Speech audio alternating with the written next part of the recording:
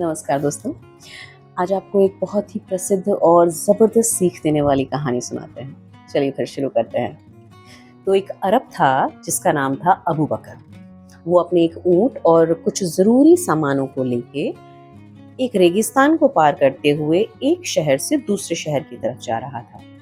अब जब सफ़र करते करते अबू बकर को रात होने लगी तो उसने फैसला किया कि मैं अपना तंबू यहीं रेगिस्तान में एक सही जगह पे गाड़ लेता हूँ और कल सुबह-सुबह फिर से अपने सफ़र को करने के लिए निकल जाऊँगा। तो उसने अपना तंबू गाड़ा। अच्छा, रेगिस्तान में दिन जितने गर्म होते हैं, रातें उतनी ही ठंडी होती हैं। बहरहाल उसने अपना तंबू गाड़ा, अपना जो ऊँट था उसको भी अपने तंबू के बाहर खूँटे से रस्सी से लगा दिया और आराम से तंबू के अंदर चला गया सोने के लिए। अब कहानी यहाँ से मज़ेदार शुरू होती है। तो कुछ देर बाद ऊँट ने तंबू के बाहर से आवाज़ लगाई कि मालिक, मुझे बहुत ज़्यादा ठंड लग रही है। अगर आप कहें तो मैं अपनी नाक थोड़ी-सी तंबू के अंदर कर लूँ? तो अबू बकर को दया आ गई, उसने कहा अच्छा चलो ठीक है कर लो।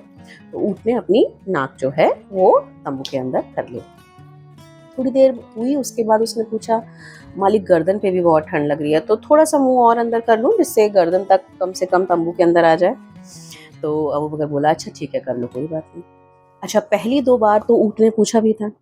अब की बार तो उसने बिना अबू बकर से पूछे ही अपने आगे के जो दोनों पैर थे वो भी तंबू के अंदर कर लिए, क्योंकि उसको अबू बकर की दरिया दिली का, नरम दिली का एक अंदाज़ा लग गया था।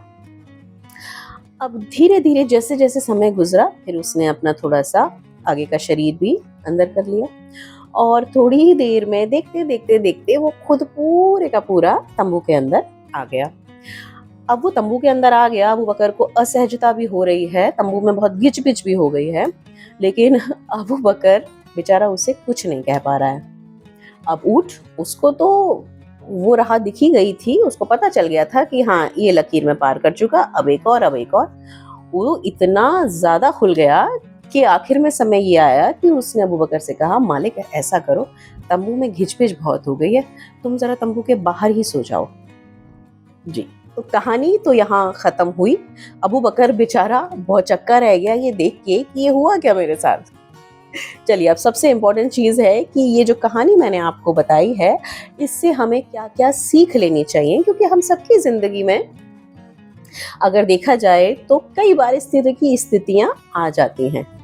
तो अब चलिए थोड़ी-सी बात कर लेते हैं इससे मिलने वाली सीख के ऊपर। तो सबसे पहली और महत्वपूर्ण सीख, छोटी-छोटी रियायतें या समझौते अगर समय रहते ही ना रोके जाएँ, तो वो धीरे-धीरे इतना बड़ा और विकराल रूप ले लेते हैं कि जिनके बहुत बड़े खामियाज़े आपको भुगतने पड़ते हैं। दूसरी सीख, अपनी सीमाएँ ससम्मान स्पष्ट तौर पे रखना किसी भी रिश्ते में बेहद ज़रूरी है, और वो भी उस रिश्ते की शुरुआत से ही। और तीसरी सीख, हमेशा याद रखें कि किसी पे दया करना या किसी की अनुचित मांग को संकोचवश पूरा करना, ये दोनों अलग-अलग बातें हैं।